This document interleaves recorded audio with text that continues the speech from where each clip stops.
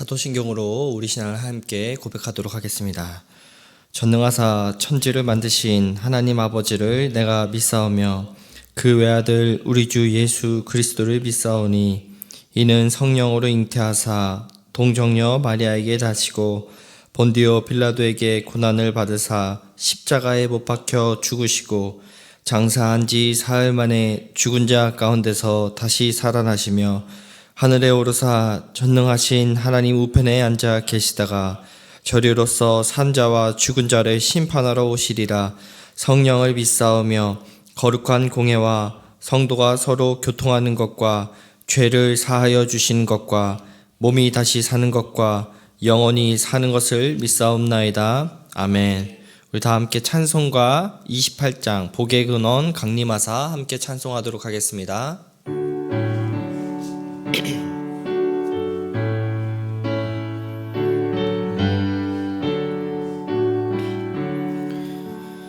복의 근원 강림하사 찬송하게 하소서.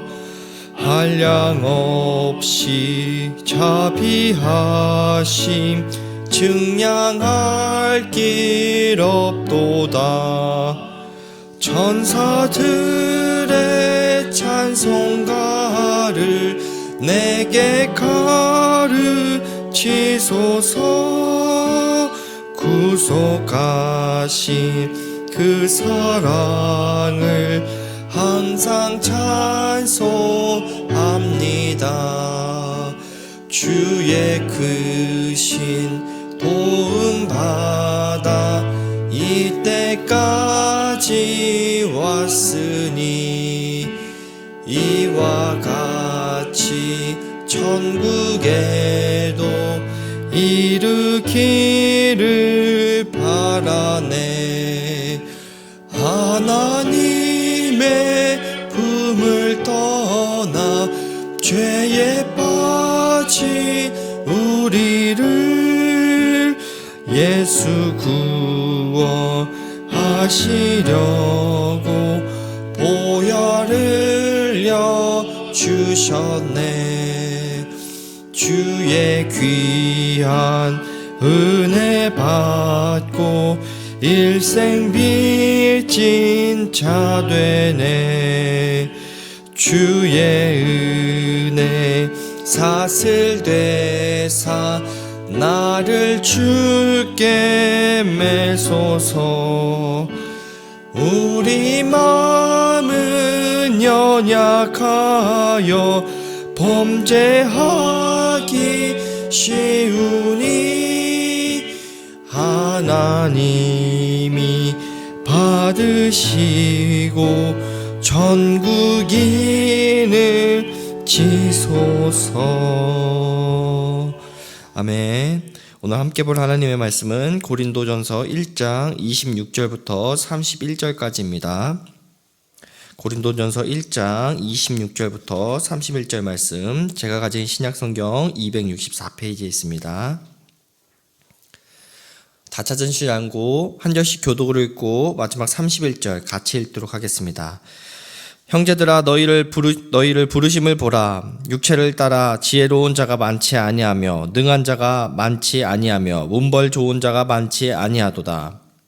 그러나 하나님께서 세상에 미련한 것들을 택하사 뒤에 있는 자들을 부끄럽게 하려 하시고 세상에 약한 것들을 택하사 한 것들을 부끄럽게 하려 하시며 하나님께서 세상에 천한 것들과 멸시받는 것들과 없는 것들을 택하사 있는 것들을 폐하려 하시나니 이는 아무 육체도 하나님 앞에서 자랑하지 못하게 하려 하심이라. 너희는 하나님으로부터 나서 그리스도 예수 안에 있고 예수는 하나님으로부터 나와서 우리에게 지혜와 의로움과 거룩함과 구원함이 되셨으니 기록된 바 자랑하는 자는 주 안에서 자랑하라 함과 같게 하려 함이라. 아멘. 오늘날 한국 사회는 성장이라는 면목 아래에 비교와 경쟁이라는 그 문화가 자리 잡고 있습니다. 그래서 끊임없이 자신을 증명해야 한다고 말합니다. 이 당시 고린도 교회 상황도 오늘날과 크게 다르지 않았습니다. 내가 누구에게 배웠는지, 어떤 지혜를 소유했는지를 비교하며 그것을 가졌을 때는 우월감을 느끼고 그것을 반대로 가지지 못했을 때는 열등감을 느꼈습니다. 이런 상황 속에서 바울은 우리가 세상에서 부르심을 받은 그 존재가 우리가 세상에서 부름을 받는 존재가 아닌 우리가 먼저 하나님께 부름을 받은 존재라는 것을 이야기하면서 오늘 본문은 시작이 됩니다. 그래서 본문 26절은 이렇게 시작을 합니다. 형제들아 너희를 부르심을 보라. 육체를 따라 지혜로운 자가 많지 아니하며 능한 자가 많지 아니하며 문벌 좋은 자가 많지 아니하도다. 바울은 고린도 성도들에게 너희를 부르심을 보라 라고 지금 강하게 권면하고 있습니다. 여기서 바울이 보라고 한 것은 이들의 어떤 능력이 아닙니다. 그들의 어떤 성취도 사회적인 어떤 지위도 아니었습니다. 바울은 먼저 하나님의 그 부르심을 보라고 이야기합니다. 왜냐하면 하나님께서 사람을 부르실 때, 자녀로 택하실 때 세상이 중요하게 여기는 그 조건을 따라 부르시는 것이 아니기 때문입니다. 우리가 살고 있는 이 세상은 사람을 바라볼 때의 조건을 봅니다. 얼마나 많이 배웠는지, 그가 얼마나 많이 가졌는지, 얼마나 영향력 있는 자였는지, 어떤 집안의 출신인가를 봅니다.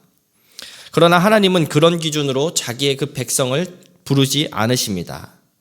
우리의 구원은 우리의 조건이 아닌 하나님의 은혜로운 그 부르심에서 시작되었기 때문입니다. 이것은 우리 모두에게 큰 위로가 됩니다.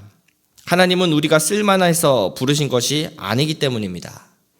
하나님은 우리가 충분히 강해서 부르신 것도 아니고 우리가 어떤 자랑할 만한 그 조건이 있어서 부르신 것도 아닙니다. 오히려 우리가 아무것도 자랑할 수 없을 때 하나님께서 먼저 우리를 택하시고 부르셨습니다. 그러므로 성도된 우리는 나의 인생을 바라볼 때에 나의 어떤 조건을 보지 말아야 합니다. 나는 무엇을 가졌는가? 나는 무엇을 이루었는가? 나는 남들과 무엇보다 나은가를 살펴보는 것이 아닌 우리가 먼저 살펴봐야 하는 것은 하나님께서 나를 아무 조건 없이 먼저 부르셨다라는 그 사실입니다. 그러면서 날마다 확인해야 되는 그 질문은 나의 삶은 여전히 그리스도 안에 있는가를 살펴봐야 합니다. 하나님의 자녀의 가치는 우리의 어떤 조건으로 결정되지 않습니다. 성도된 우리의 가치는 하나님의 부르심 안에서 이미 결정되었습니다. 그렇기에 세상에서 보기에 부족해 보여도 하나님께서 부르신 사람은 결코 하찮은 존재가 아닙니다. 세상이 인정하지 않아도 하나님께서 자기 백성으로 삼으신 그 사람은 존귀한 존재입니다. 무엇보다 하나님께서는 자신이 부르신 하나님의 자녀들을 통하여 세상의 그 교만한 자들을 무너뜨리십니다. 그래서 27절과 28절 다음과 같이 이야기합니다.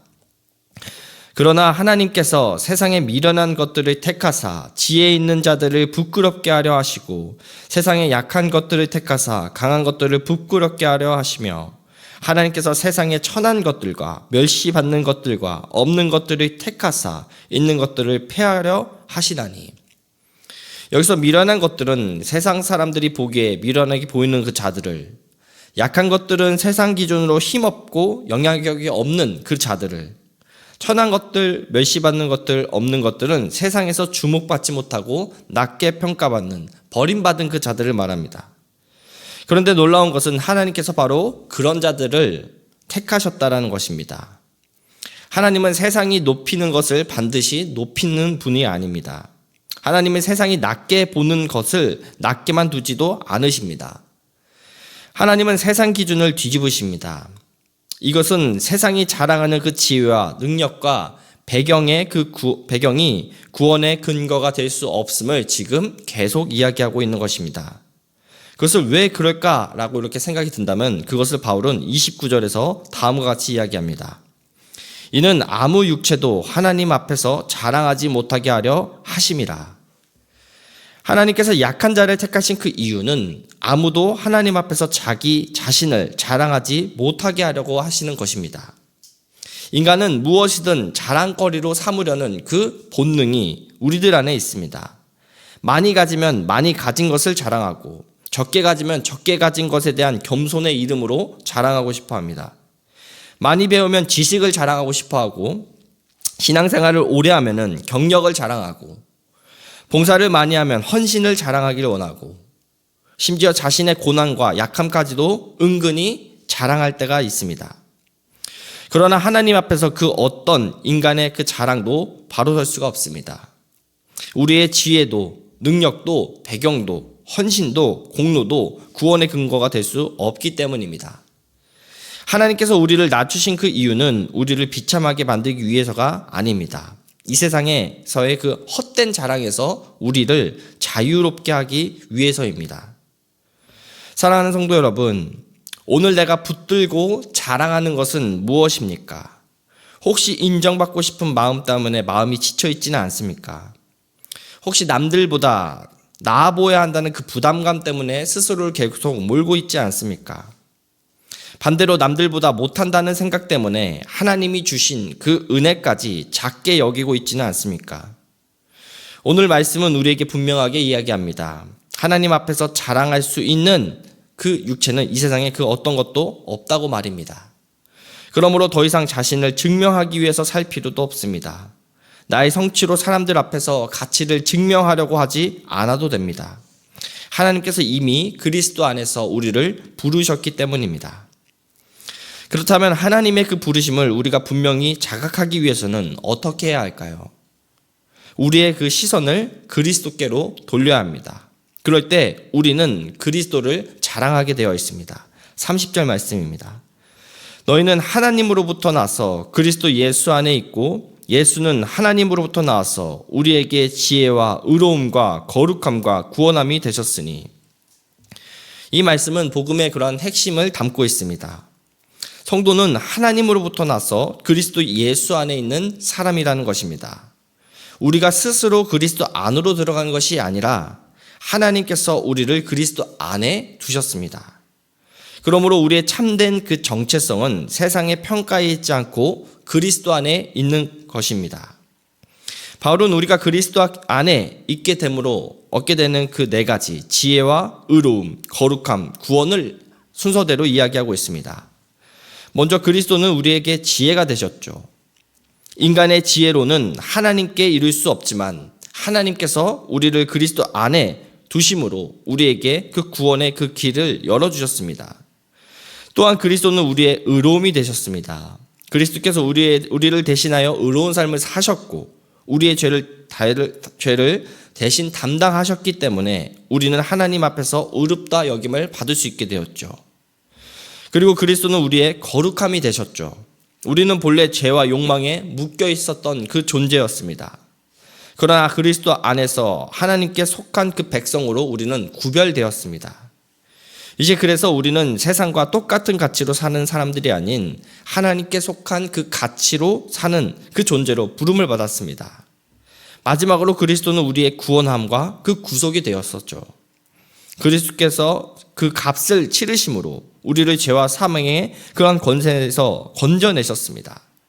우리는 절대로 스스로를 구원할 수 없지만 그리스도께서 우리를 위해 십자가에서 대신 그 값을 치르셨습니다. 그러므로 우리의 그 자랑은 바뀌어야 하는 것입니다. 나는 무엇을 가졌는가가 아니라 나는 누구 안에 있는가가 중요한 것입니다. 나는 무엇을 이루었는가가 아니라 그리스도께서 나를 위해 무엇을 이루셨는가를 우리는 날마다 기억하고 우리의 입술로 선포하며 자랑해야 하는 것입니다. 그래서 바울은 31절에서 이렇게 결론을 내립니다. 기록된 바 자랑하는 자는 주 안에서 자랑하라 함과 같게 하려 함이라. 우리의 자랑은 우리 자기 자신에게 근거하지 않습니다. 성도의 자랑은 오직 그리스도에 있음을 우리에게 분명하게 있는 것입니다. 우리는 내 인생이 완벽하기 때문에 감사하는 것이 아닌 그리스도께서 내게 모든 것이 되어주셨기 때문에 우리의 감사가 나오는 것입니다. 그렇게 우리는 더 이상 세상의 그런 인정에 목매지 않아도 학벌로 나를 증명하지 않아도 재산으로 나를 증명하지 않아도 됩니다. 자녀의 어떤 성공의 여부로 나의 가치를, 나의 부모의 그 가치를 증명하지 않아도 됩니다. 어떤 사역이나 어떤 일의 그 성과로 나의 믿음을 증명하지 않아도 됩니다. 우리의 자랑은 내가 이룬 것이 아닌 이미 그리스도께서 나를 위해 이루신 일이기 때문입니다. 교회도 마찬가지입니다. 교회는 잘난 사람들이 모여 자기 자랑을 세우는 곳이 아닙니다. 은혜 입은 사람들이 모여 주님을 자랑하는 공동체가 바로 교회입니다. 그러므로 우리는 서로를 세상의 기준으로 판단할 수가 없습니다. 가진 것이 적다고 낮게 여길 필요도 없고, 내가 가진 것이 적다고 열등감을 느낄 필요도 없고, 배경이 부족하다고 무시하지 않아도 되고, 연약함이 있다고 정죄하지 않아야 합니다. 하나님께서 부르신 사람을 우리가 함부로 낮출 수가 없기 때문입니다. 말씀을 맺겠습니다. 사랑하는 성도 여러분, 오늘 말씀은 우리에게 분명히 이야기합니다. 너희를 부르심을 보라고, 우리의 인생을 다시 보라고 말입니다. 이번 한 주간 우리의 마음과 우리의 입술을 한번 점검해 보길 바랍니다.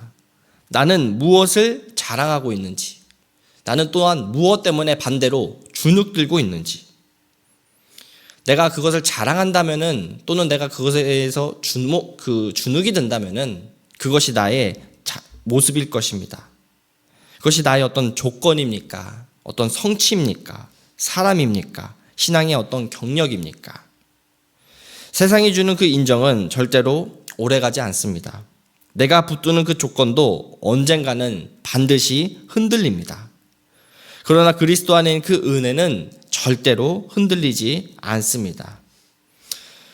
그러므로 우리 분당과 함께 모든 성도님들은 우리를 부르신 그 그리스도만을 붙들고 그 주님만을 자랑하면서 살아가는 모든 주의 백성, 주의 자녀 되길 주님의 이름으로 축원하겠습니다. 오늘 말씀을 갖고 함께 세 가지를 함께 기도하길 바랍니다. 먼저 첫 번째로는 하나님이 나를 이미 자녀로 부르시는 것이 나의 최고의 자랑이며 능력임을 선포하며 살아가게 해달라고 기도하길 소원합니다. 두 번째로는 나의 약함을 강함되게 하시는 주님만을 의지하며 나의 약함이 복음의 도구가 되기는 그 하나님의 일하심을 기대하며 살아가게 해달라고 기도하길 바랍니다. 마지막으로 1교구 8려 다락방 기도 제목입니다. 순원들이 서로의 그 연약함을 주 안에서 사랑으로 용납하고 품어주게 해달라고, 우리 이 세 가지 기도 제목을 갖고 함께 기도하도록 하겠습니다. 다 같이 기도하겠습니다. 살아계신 하나님 아버지, 하나님 저희를 자녀 삼아 주시고 저희를 먼저 자녀로 부르신 그 하나님의 그 은혜에 하나님 감사